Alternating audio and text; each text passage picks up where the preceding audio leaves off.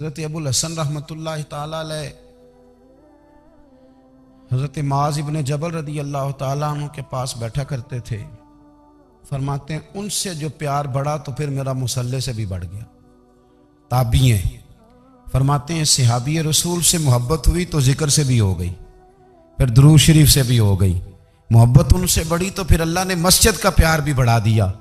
आप फरमाते हैं कि मेरी हर वक्त तबीयत चाहती थी कि बस अल्लाह अल्लाह करूं, बस अल्लाह अल्लाह करूं, बस ना मैं जरा थोड़ी जान छुड़ाऊं लोगों से, कुछ 10 मिनट मिले तो मैं कुछ 4 नफल पढ़ लूं, मैं थोड़ा सा ना बचूं लोगों से, और मुझे तस्बीह मिले तो मैं ना कुछ 400-500 दफा इस्तिगफार पढ़ूं, सुभान अल्लाह अल्हम्दुलिल्लाह अल्लाहु अकबर ला हौला वला कुव्वता इल्ला बिल्लाह, मैं ना तस्बीहात पढ़ूं। फरमाते हैं कि बच्चे थे घर में 6-7, गुर्बत थी, काम मिलता कोई नहीं था, और मैं काम चोर नहीं था, काम ढूंढता था, पर अल्लाह की कुदरत के काम नहीं मिलता था। फरमाते हैं कि मैंने एक दिन अपनी अहलिया से कहा कि आज मैं फिर जाता हूँ काम ढूंढने, तो मेरी बीवी बड़ी फर्मा बरदार थी, पर उस दिन ना गुर्बत के हाथों तंग आके कहने लगी, आज ना कोई तू चीज़ लेके आया तो मुझसे बच्चों की भूख नहीं देखी जाती, ये सब रोगां दा रोग मुहम्मद जिसदा नाम गरीबी, कंड बुला के लंघ जाते नहीं दोस्त यार करीबी, आज ना कुछ लेके आया तो मैं बच्चे लेके चली जाऊंगी। शेख फरमाते हैं कि मैं बड़ा परेशान घर से निकला, पर मैंने सुबह से लेके जोर तक काम ढूंढा, काम मिला कोई नहीं। तो मेरे दिल में ख्याल आया, चलो काम नहीं मिलता तो अल्लाह अल्लाह तो करे ना, चलो बंदों की मजदूरी नहीं मिलती तो रब करीम की इबादत ही करते हैं। फरमाते हैं कि मैंने ना फुरात के पानी से वुजू किया, नहर के, शदीद धूप थी, साथ रेत थी और रेत तप रही थी।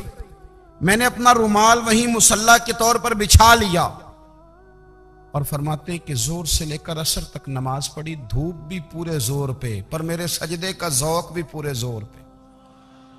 फरमाते हैं सूरज भी चमक रहा है और रब की इबादत का जौक भी पूरे जोर पे। मैं सजदा करूं तो फिर मेरा उठाने को जी ना चाहे। मेरे उस्ताद लिखा करते थे, ये उनका शेर है, वो कहा करते थे, मुझे सोज दे, मुझे साज दे, और मुझे नीम शब का न्याज दे, दमे सजदा खुद को मैं तोड़ दूं, मुझे ऐसा ज़ौक़ नमाज दे। और मैं तेरी बहार का फूल हूं, मैं खिला भी हूं तो तेरे लिए, मुझे मेरी शाख से तोड़ ले, मुझे अपनी जुल्फ का नाज दे। भाई फरमाते हैं कि असर तक मैंने नफल पढ़े, दिल ढलने लगा, असर की नमाज पढ़ी और मैं वहां से चला।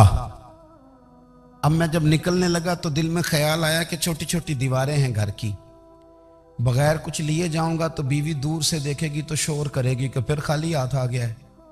कहते मैंने अपने उसी रुमाल में जिस पे मैंने नमाज पढ़ी थी ना, रुमाल में की आखी दे पंजाबी ज साफा, कहते हैं उसी में ना मैंने कुछ रेत भर ली कि वो दूर से देखेगी तो समझेगी कुछ लेके आया है, चलो जाके उसे बता दूंगा कि आज फिर मजदूरी नहीं मिली।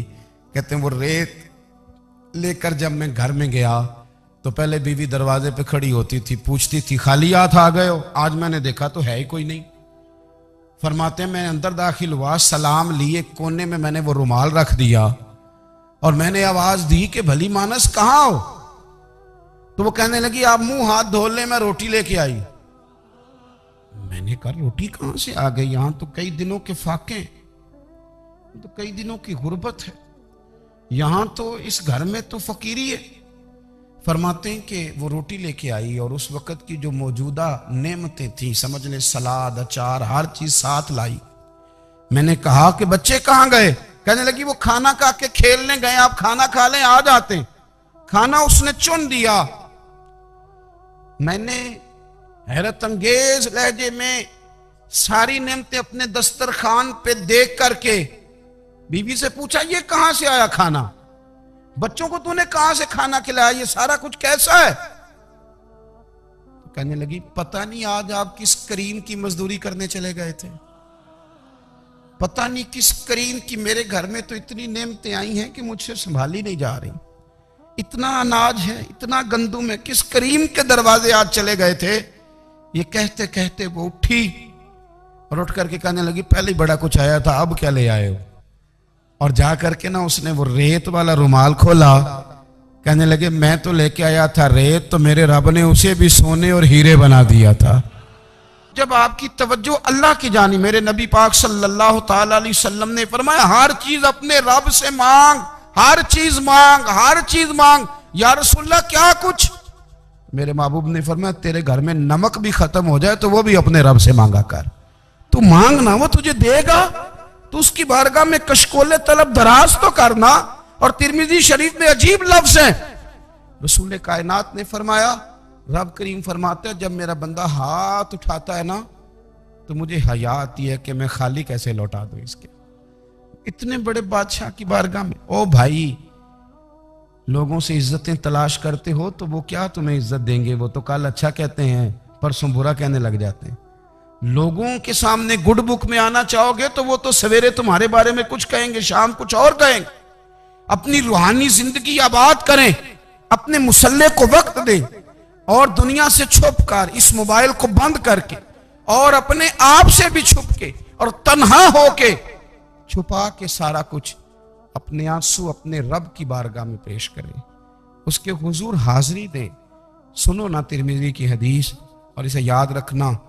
नबी पाक अलैहिस्सलाम ने फरमाया अपने दुख लोगों के सामने ना बयान करना, सेठों नवाबों को ना बताते फिरना, दुनियादारों के सामने जाके ना रोना कि मैं तकलीफ में हूं। पर मैं अगर दुनियादारों को दुख बताओगे रब तुम्हें कभी गनी नहीं करेगा। और लोग हैं कि उल्टा मजाक उड़ाएंगे। आपकी जिससे बड़ी पक्की यारी है ना, पक्की, वो तब तक पक्की है जब तक आपने 50,000 मांगा नहीं। और जिस वक्त आपने कह दिया कि मैं मजबूर हूं मेरी मदद कर, तो फिर खत्म हो गई दोस्ती। लोगों के ताल्लुकात आपके साथ तब तक हैं जब तक आप उनसे कोई जरूरत वाबस्ता नहीं करते। करीम महबूब फरमाने लगे बंदों के सामने दुख ना बयान करना, अल्लाह तुझे कभी गनी नहीं करेगा। तो अपने दुख अपने रब को बता, तू दुआएं मांग, तू उसकी बारगाह में हाजिर हो, तू उसके हुजूर अर्ज कर। फरमाया अपने दुख अपने रब को बता, वो जल्दी करे या देर से करे तुझे सारी दुनिया से बेनियाज कर देगा, तुझे किसी का मोहताज नहीं रहने देगा। अपने मुसल्ले को, अपनी दुआओं। एक बुजुर्ग नबी करीम सल्लल्लाहु ताला अलैहि वसल्लम के ना कुछ सहाबा अल्लाह की मोहब्बत के शौक में हुजूर की बारगाह में हाजिर हुए। और उन्होंने आके अर्ज पता क्या किया? अर्ज करने लगे या रसूल अल्लाह सल्लल्लाहु ताला अलैहि वसल्लम सालों बीत गए हैं सजदे करते हुए, हुजूर सालों बीत गए हैं तस्बीह पढ़ते हुए, सालों बीत गए कहते हुए कि सुबहान अल्लाह वो पाक है, हमें सालों बीत गए ये कहते हुए कि अल्लाह अकबर वही सबसे बड़ा है, सालों बीत गए कहते हुए कि अल्हम्दुलिल्लाह सारी तारीफें अल्लाह के लिए, सालों बीत गए उसकी तस्बीह करते, तहलील करते, तकबीर कहते। हुजूर अब ना हमारा अपने रब से मिलने को जी चाहता है। कभी यह हकीकत मुंतजिर नजर आ न लिबास मजाज में, लाखों सजदे तड़प रहे हैं मेरी जबीने नियाज में। और इकबाल कहने लगे कि तेरे इश्क की इंतहा चाहता हूं, तू मेरी सादगी देख क्या चाहता हूं, मेरा जरा सा तो दिल है मगर शोख इतना, मैं वही लन तरानी सुना चाहता हूं। मेरा भी दिल करता है कि अल्लाह मैं तुझे कहूं मैं तुझे देखना चाहता हूं, जिस तरह हजरत मूसा कलीम अलैहिस्सलाम ने कहा था, और तू मुझे कहे कि लन तरानी तू नहीं देख सकता, जरा सा तो दिल है मगर शोख इतना, मैं भी वही लन तरानी सुना चाहता हूं। फिर कहने लगे भरी बज्म में राज की बात कह दी, बड़ा बेअदब हूं सजा चाहता हूं। देखो सब लोगों के बीच ही मैंने ये कह दिया। मेरे अजीज सहाबा ना शौक में, कितने सारे लोग हैं आप, कितनी माशाल्लाह बड़ी तादाद में आप आए। हम भी कभी इस शौक में गए हैं कि हमारा हमारे रब को देखने को दिल चाहता है, हमारा जी चाहे वो कभी हमें मिले, हम कभी उसकी ज़ियारत करें, उसकी बारगाह करम में हम हाजिर हों। सहाबा ने अर्ज किया या रसूल अल्लाह सल्लल्लाहु अलैहि वसल्लम हमारा रब कहाँ है? हमारा ना अपने रब को देखने को जी चाहता है। जब सहाबा ने यह अर्ज किया तो अल्लाह ने कुरान मजीद नाजिल किया, फरमाया वैज़ा साला का इबादी अन्नी फ़इन्नी करीब। महबूब जब मेरे बंदे आपकी बारगाह में आके मेरे बारे में पूछे ना तो उनसे कह देना मैं उनके करीब ही हूं, करीब ही हूं। दलील क्या है? भाई इजादान ये जब भी मुझसे दुआ मांगेंगे मैं इनकी दुआओं को कबूल फरमाऊंगा। मैं इनके करीब हूं, मैं इनके करीब हूं। ये जब भी दुआ मांगेंगे ना मैं कबूल करूंगा, मैं इनके करीब हूं। अल्लाह तबारक व तआला के बंदे अल्लाह से मोहब्बत करते, रब की बारगाह में झुकते, उसको अपने दुख सुनाते। अजीज दोस्तों, हम इस तरह करने लग गए हैं कि हमने ना अपने ताल्लुकात पर एतमाद करना शुरू कर दिया है। मेरे ताल्लुकात बहुत हैं। हमने अपनी दौलत पर एतमाद करना शुरू कर दिया, मेरे पास दौलत बहुत है। हमने अपने इल्म पर, अपनी शोहरत पर एतमाद करना शुरू कर दिया है कि मेरे पास फलां चीज बहुत है।